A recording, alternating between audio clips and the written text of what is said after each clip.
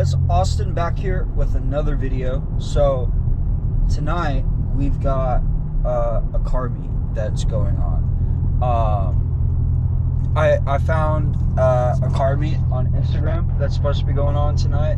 Now I don't know if it's gonna be a dud or not, because it's not like it's the middle of the week and it's like an informal car meet, and sometimes these are duds. Like I went to one time and like in the middle of the week, and there was nobody there.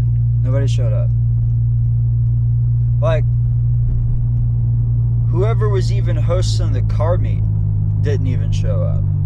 It was me and one other person that showed up for the car meet. Like the organizer didn't even show up, which was crazy. So we'll see what happens, and what kind of things pop off. You know, maybe we'll get some like cool car content or street content. I don't know. If they go for a cruise, I'm gonna tag along and just pray that I can keep up, because I'm driving a Nissan Altima. I'm 180 horsepower, naturally aspirated.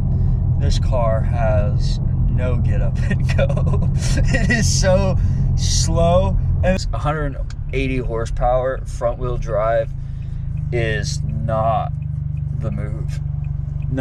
It's not. Honestly, dude, I think Nissan should go back to like their old formula. You know, even with sedans, like for instance, okay, the R34, the R30, and the R32. Oh, even the R33 Skyline sedan. Like, bro. And actually, let's Google it real quick. Let's see, when did the Altima first come out?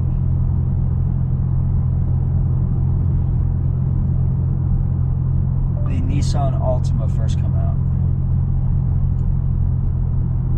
So 1993 is when the first Altima came out, which, if I'm not mistaken, the R32 came out in 1992. And so at the same time, you've got a two-door all-wheel drive sports car, but also has a rear-wheel drive option. And that same sports car also has a sedan option. And then you also have an Altima, right? Which is wild. And then it's like, then you get to the 2000s, like 2002, 2003, and you've got the Nissan Maxima, the Nissan Altima, you've got the Silvia, and then I think there was a 240. I could be wrong on that. Wait. No, the 240 is a Silvia. Duh. Anyways. Yeah, but I think that they should return back to their old formula. Like the S15, right? The S15 came out in like 2003 or whatever, somewhere around there. It's like 1999, 2002, something like that, is when it came out. And it was rear-wheel drive, 4-cylinder sports car, and it was cheap. Like, why don't they do that today? Like, I'm 23, and I would love to enjoy that kind of car, you know. And it's like, to go buy one, to enjoy that kind of car, you would have to go buy that car. And like nowadays, the prices are just stupid. Like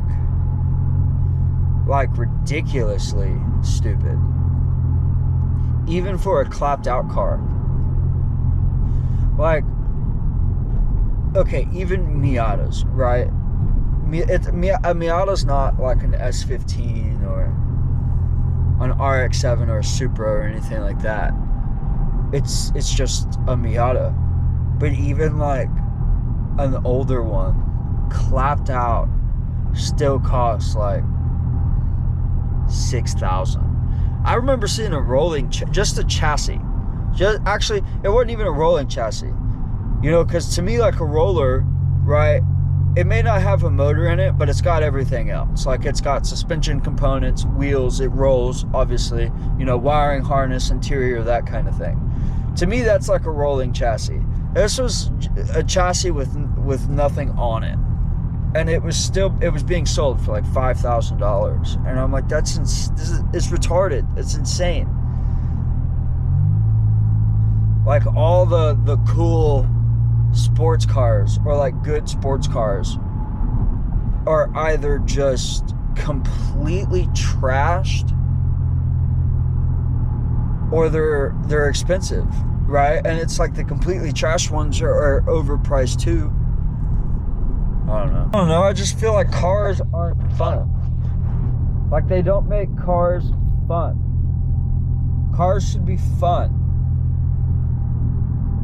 You know, if you want to sit there and appeal to the market, like, I feel like you should be appealing to all your markets, you know, but most cars that are out nowadays are just these like weird SUV crossover things and pickup trucks.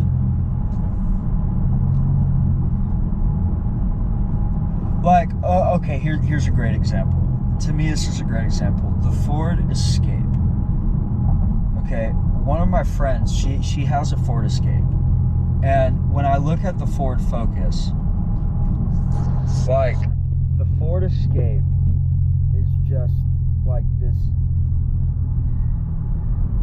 weird, distorted Photoshop Ford Focus thing. Like, that's what it is. It's like there might be a little bit more space in the Escape, but I feel like none that the average, there isn't like a big enough difference in the amount of space that the average person could like tell the difference. And so basically you just buy this, you basically buy a Ford Focus that's bigger, taller, uglier, worse gas mileage, worse handling. And it's like what are you spending your money on? If you want a big car, buy an SUV, buy a pickup truck, you know. But like, cars are just not how they used to be made. Cars used to be so sick, dude.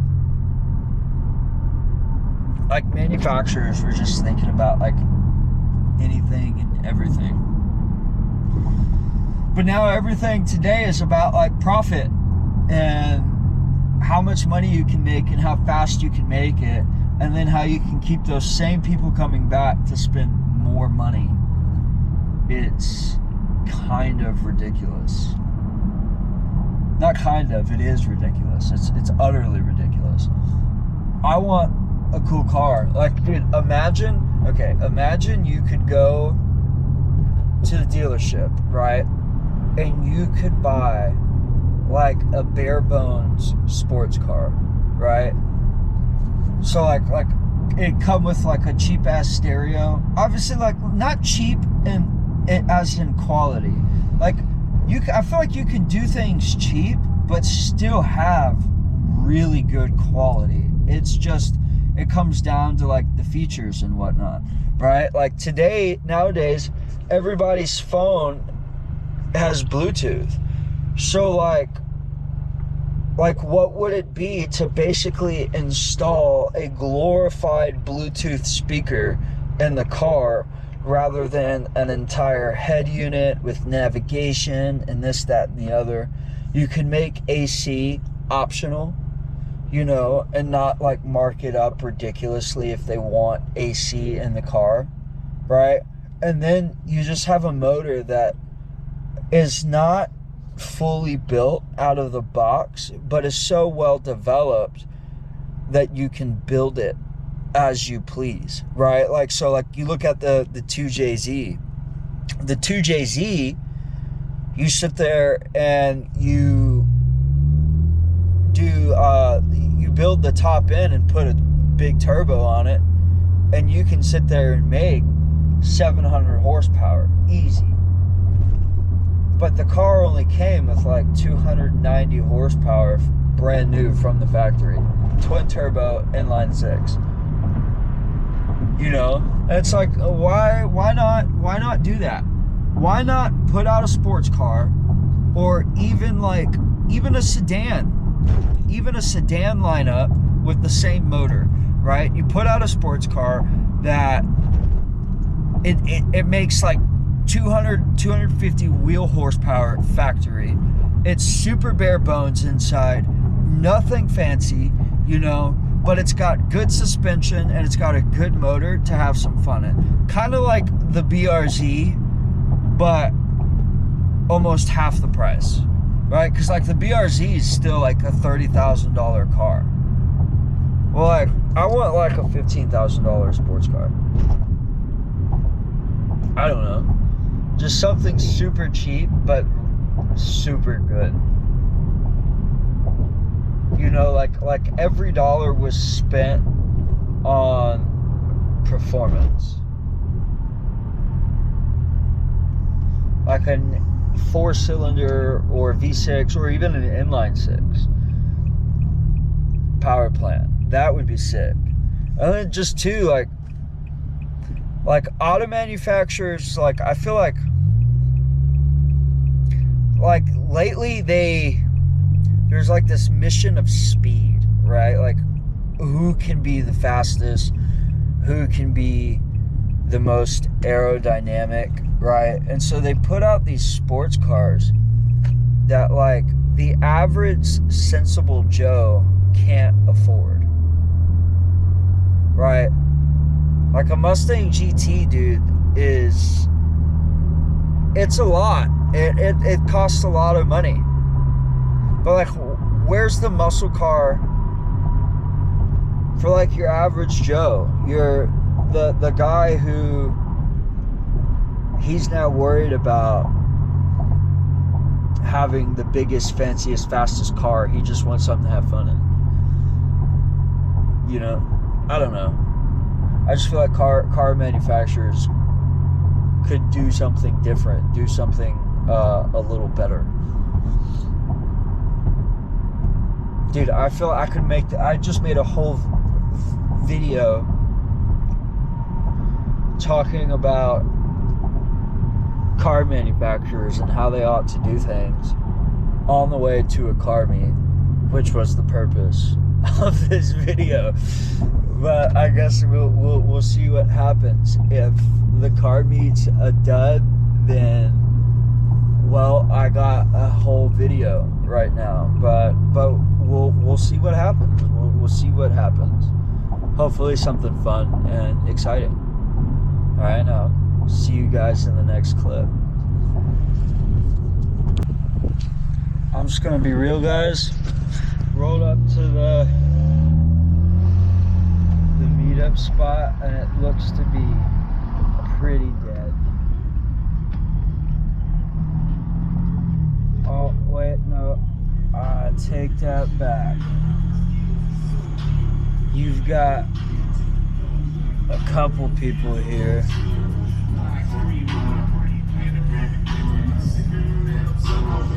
Let's see, we got some people over there.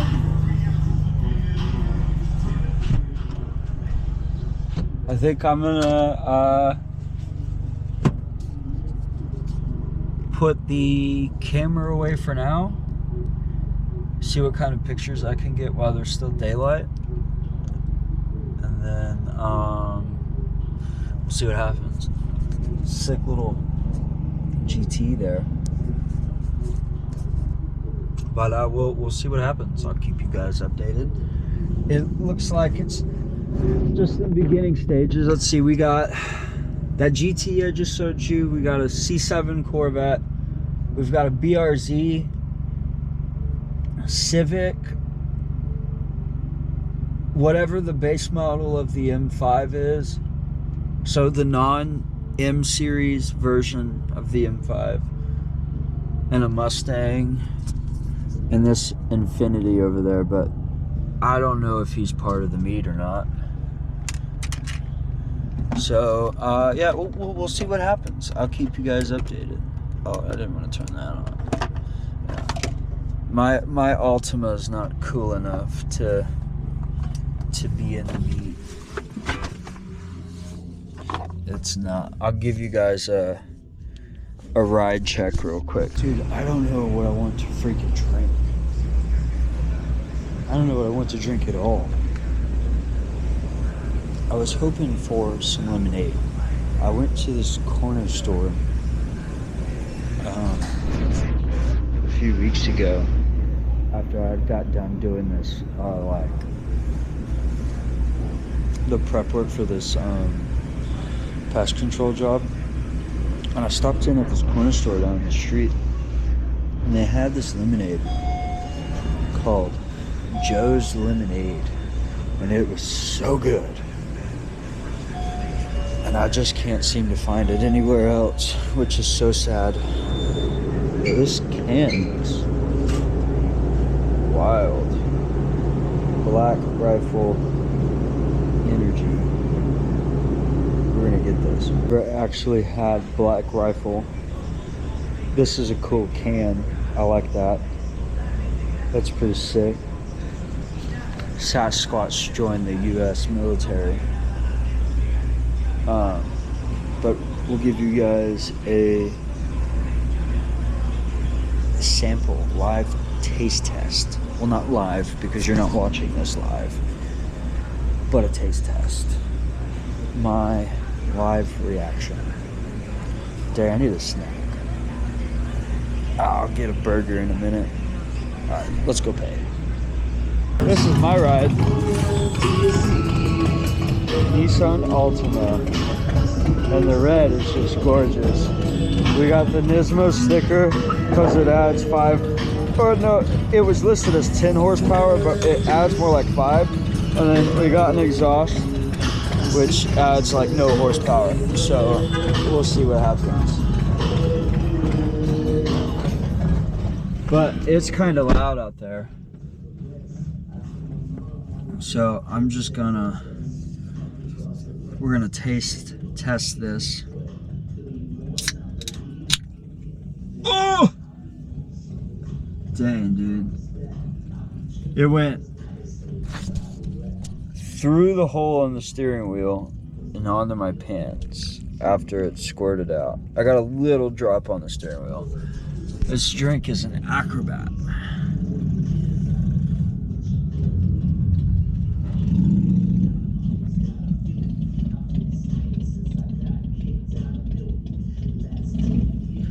I'm just gonna be honest, it looks like we got a bunch of like takeover guys here.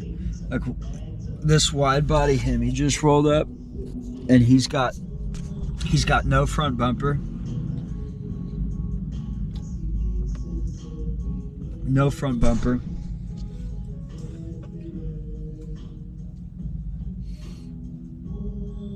We'll see what happens. I'm gonna go see and try and grab a couple pictures real quick, and then we'll just see how the night unfolds.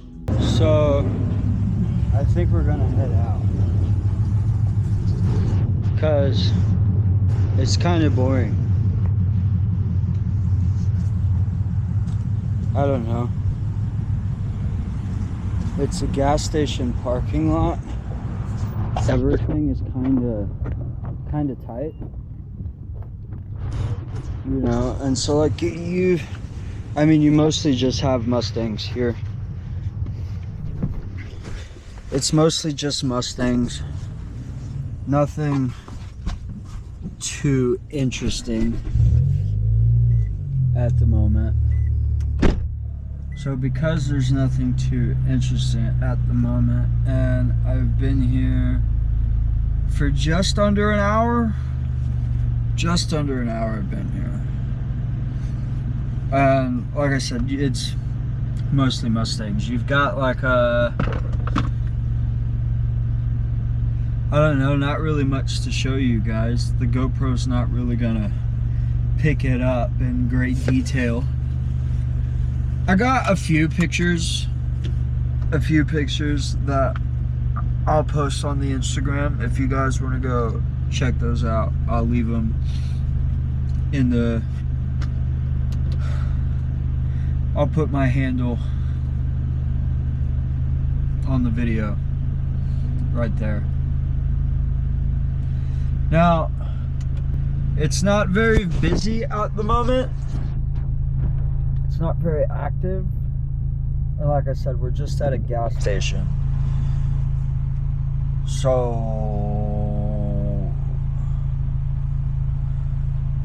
like, what do we do?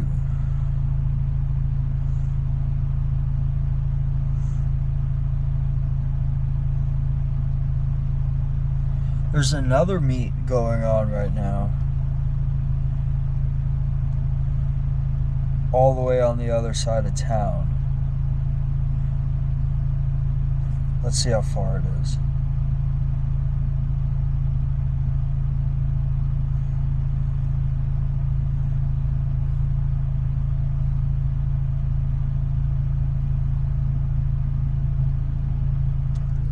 Okay.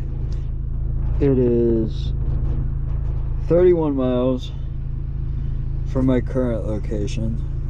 So I'm on this side of Houston, and you go to this side of Houston.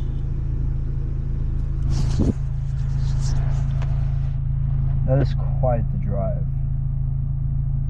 Let's see.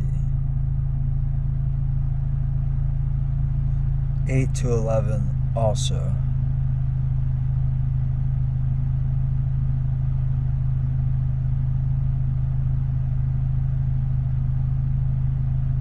It looks like they might have better cars.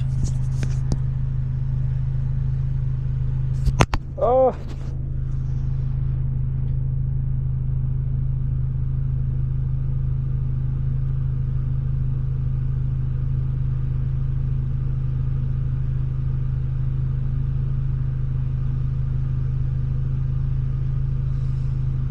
Definitely looks like they got more going on. I mean, screw it. Why not, dude? Why not?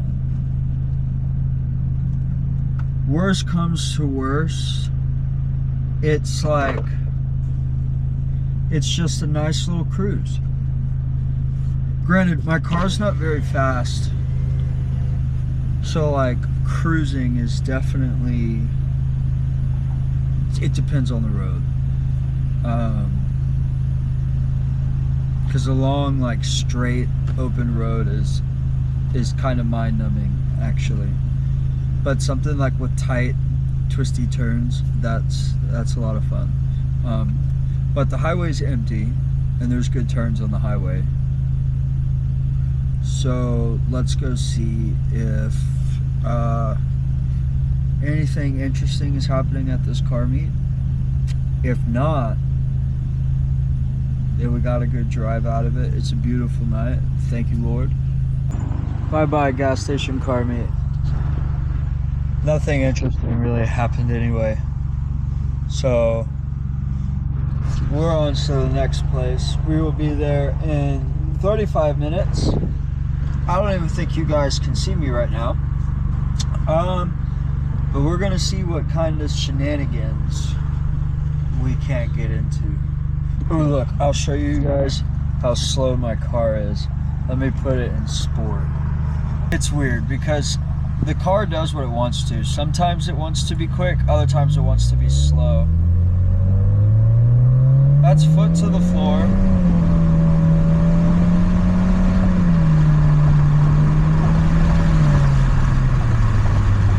Not too bad tonight.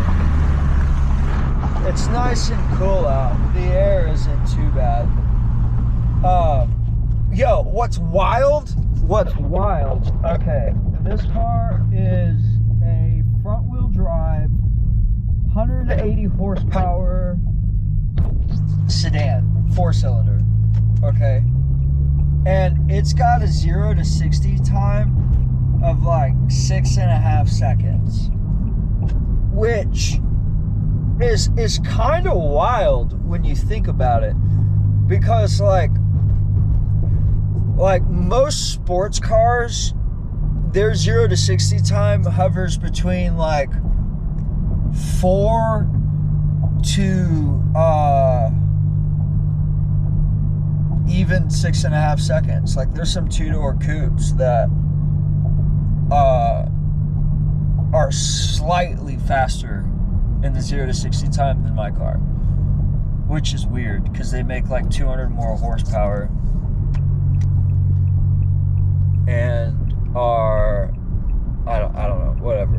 Anyways, the car is surprisingly quick for what it is, but I will tell you that in the heat of the day, when the engine is just really hot and it can't get any cool air in, it just feels like the slowest car ever. Not to mention the exhaust just gets really, really loud for whatever reason.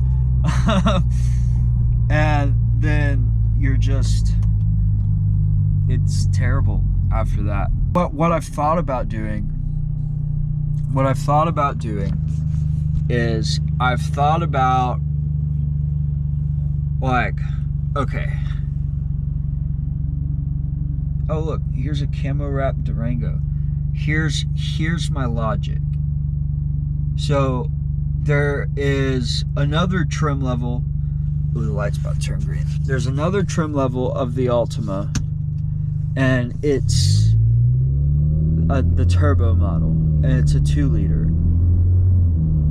Right? That's so it's a 2-liter turbo model, and there's a front-wheel drive and all-wheel drive option. Okay. My question is, and here's the thing, I can't afford to go find out for myself, and I don't know who to ask. But my thinking is that the whatchamacallit, if the internals and all of the same things are the same, right? The only difference is the bottom ends, which I would imagine is what determines the liters. Mind you guys, I'm speaking from like no experience or like any mechanical knowledge, but I'm thinking if they share the same internals and the only real differences are the turbo and the bottom end, or whatever it is that determines the liters, then okay, let's just assume that my logic and my thinking is correct about the bottom end and that determining the liters, right? So assume the bottom end is bigger. Well, in this case, the turbo model, it's smaller than what I have. I have the 2.5, the turbo model's a 2.0, right? And so if it's just the bottom end and the turbo that's different, then theoretically I could put a stock OEM turbo on my naturally aspirated 2.5 model. I could also yank out the rear diff and all-wheel drive system from a crashed Nissan Altima and make that work in this car.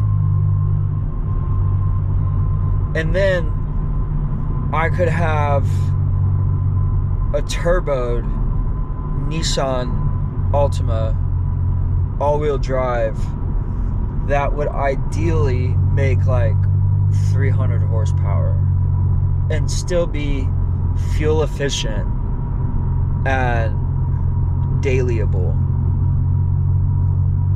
Like that's my logic right now. That's my logic with this car, and I can't afford I can't afford to figure out if this is the case. I don't have the money, the time, nor a spare vehicle. Plus, I'm currently paying on this car.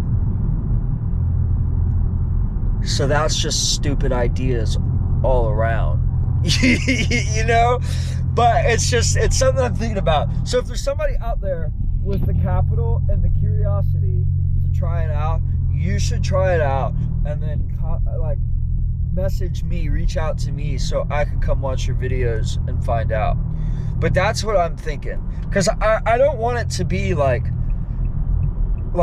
stupid fast. I just want it to be faster than you would think it is, if that makes any sense. Just like a little quick ripper, you know what I mean? And then I'm thinking about the transmission, the CVT, which is basically belt driven. And then I was looking at my mom's fiance, or my mom's brother, soon to be brother-in-law. We'll just call him her brother-in-law for right now. He has a trike, okay? And I was looking at it's belt driven, right? It's not like a chain, like a typical chain. It's a belt.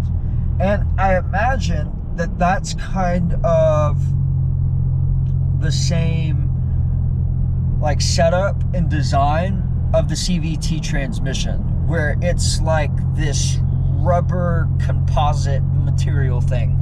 I don't really know what it's made out of. I just know it's not steel and it's not plastic, you know?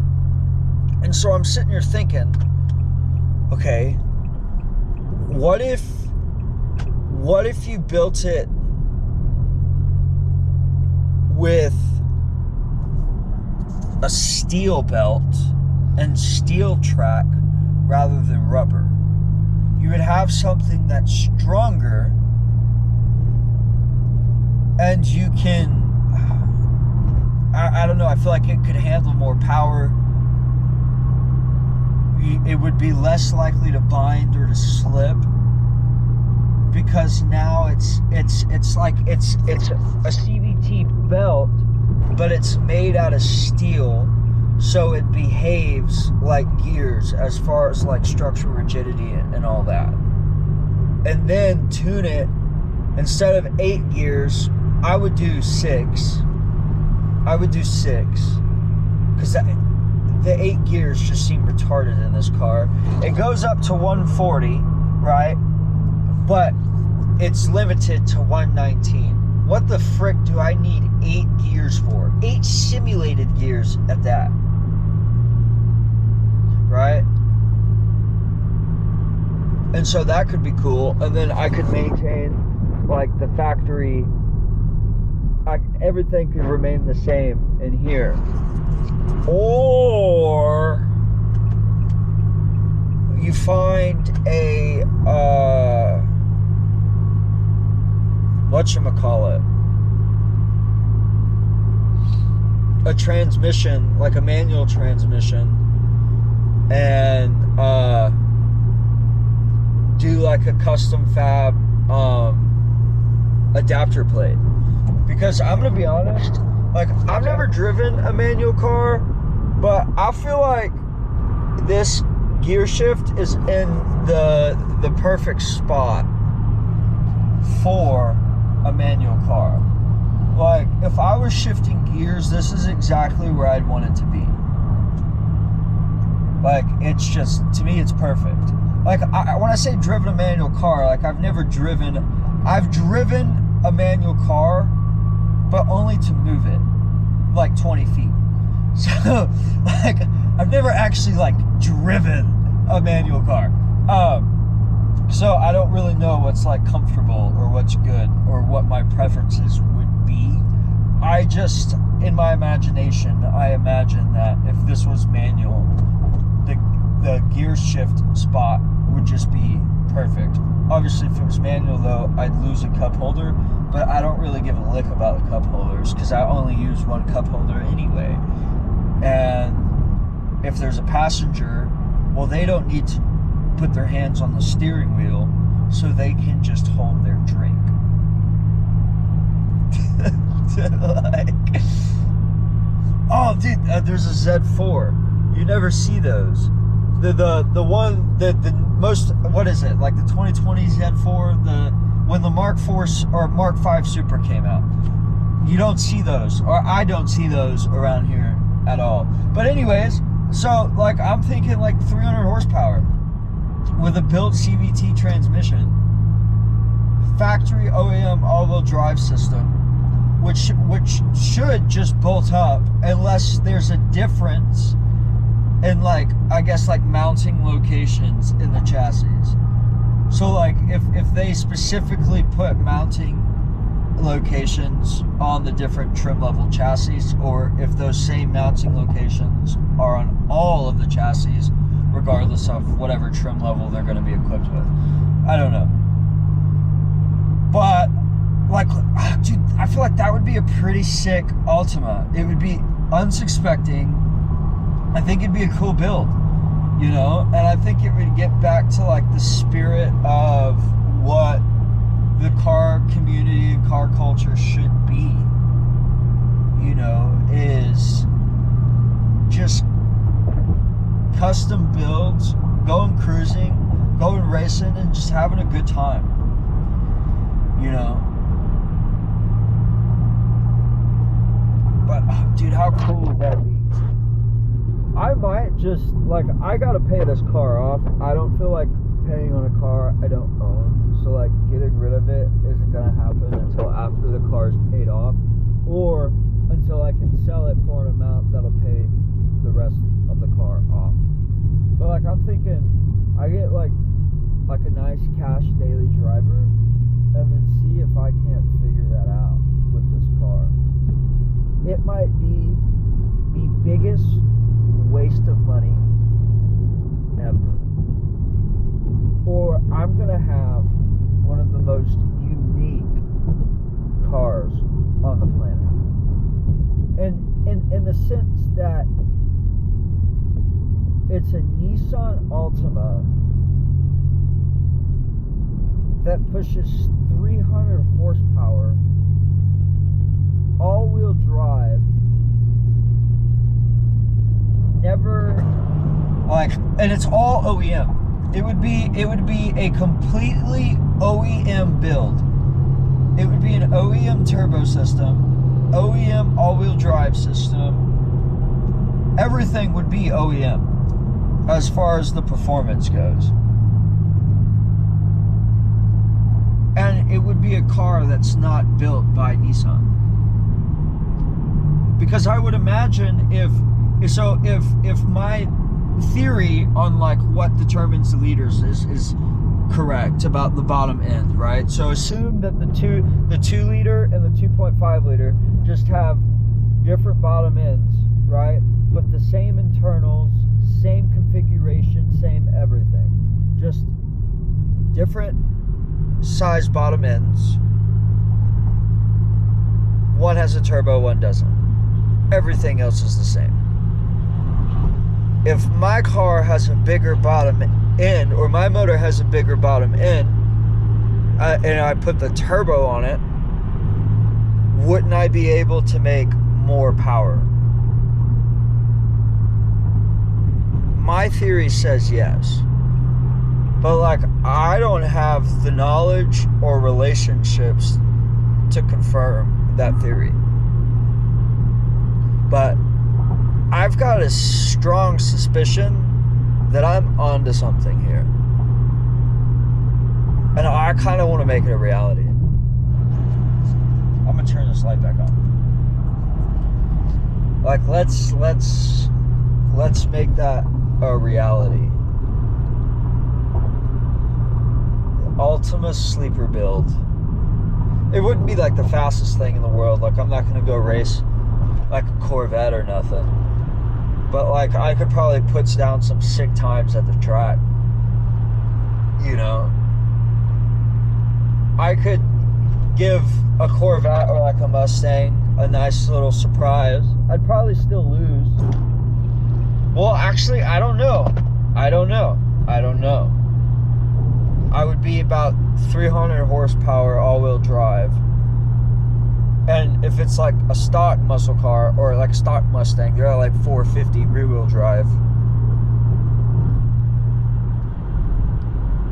So like I could win. First things first, I need to secure a secondary ride. I need a second car, because if I don't have a second car, oh, this is messing with me. If I don't have a second car and I start trying to do that on this car, then I'm gonna find myself without a car to drive. And that's not ideal. We don't want that. I don't know, dude. Depending on how things turn around in my circumstances, there could be like cooler than the Ultimaniac. Like the Ultimaniac, the Chris Forsberg's Nissan Altima, like it's cool. One-off body kit, GTR motor, drift taxi. But like, is it even an Altima anymore? It's a completely different car. Completely different car. It just looks like an Altima. It's not an Altima, dude. It's just not. It looks like one. I feel like once you start like changing the power plant and the motors and stuff in a car, like, okay, putting a GTR motor in my Altima, I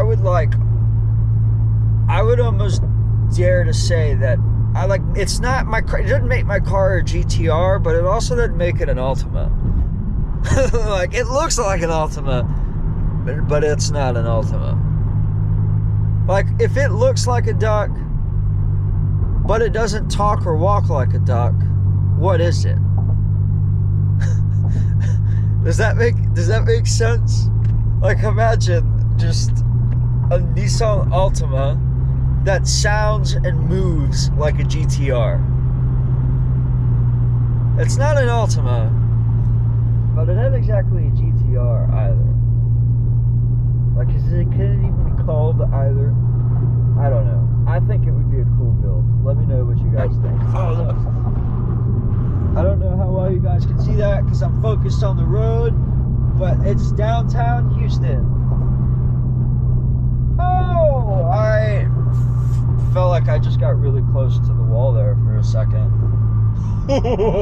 Don't want to do that. Don't want to do that. Okay, we're 15 minutes away from the spot. I'm going to get off here and focus on driving these last 15 minutes. And the meet started an hour and a half ago, the same time this other one started. And according to the Instagram, it's popping off. Not like anything crazy, but there's just more going on. There's more cars, there's more people.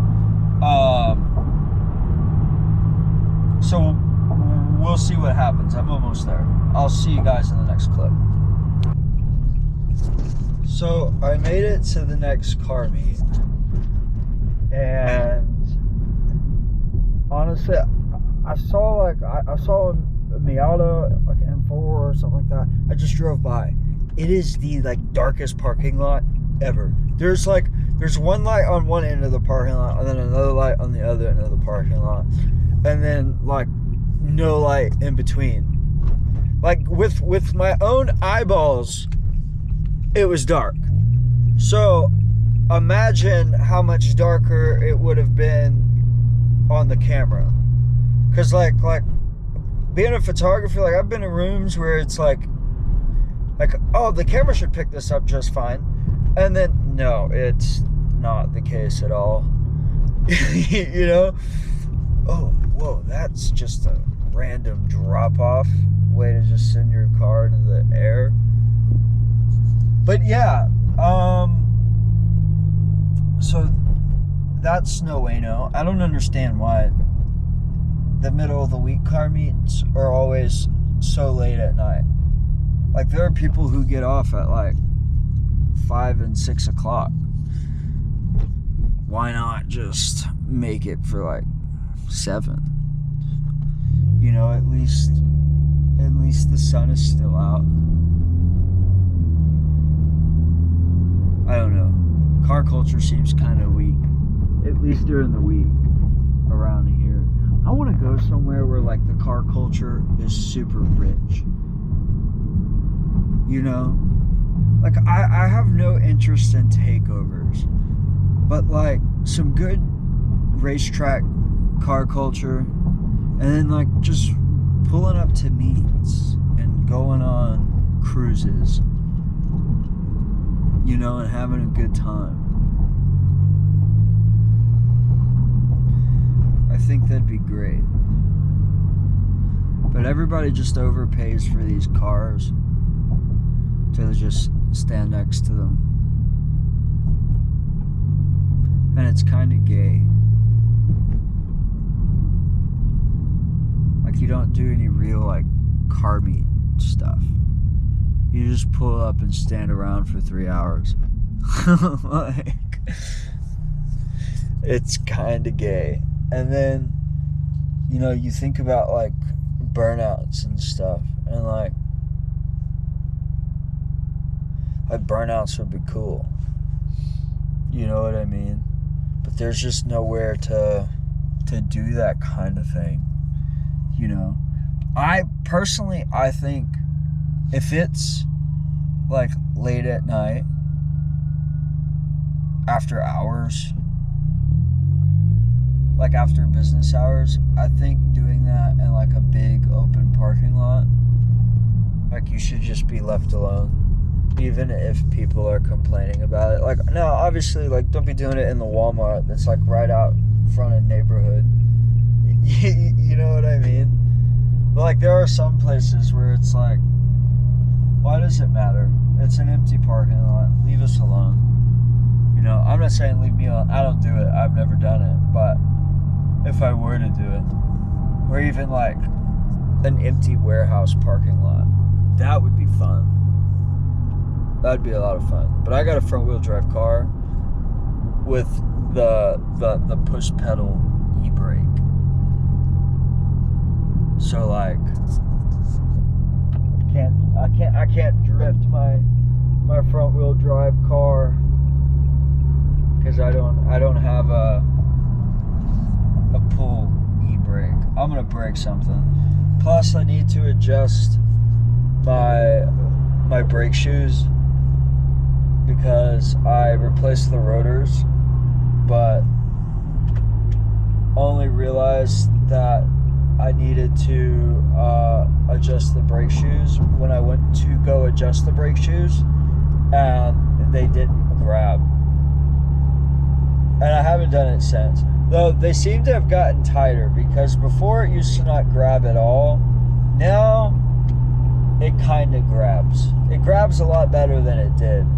But I still need to do that.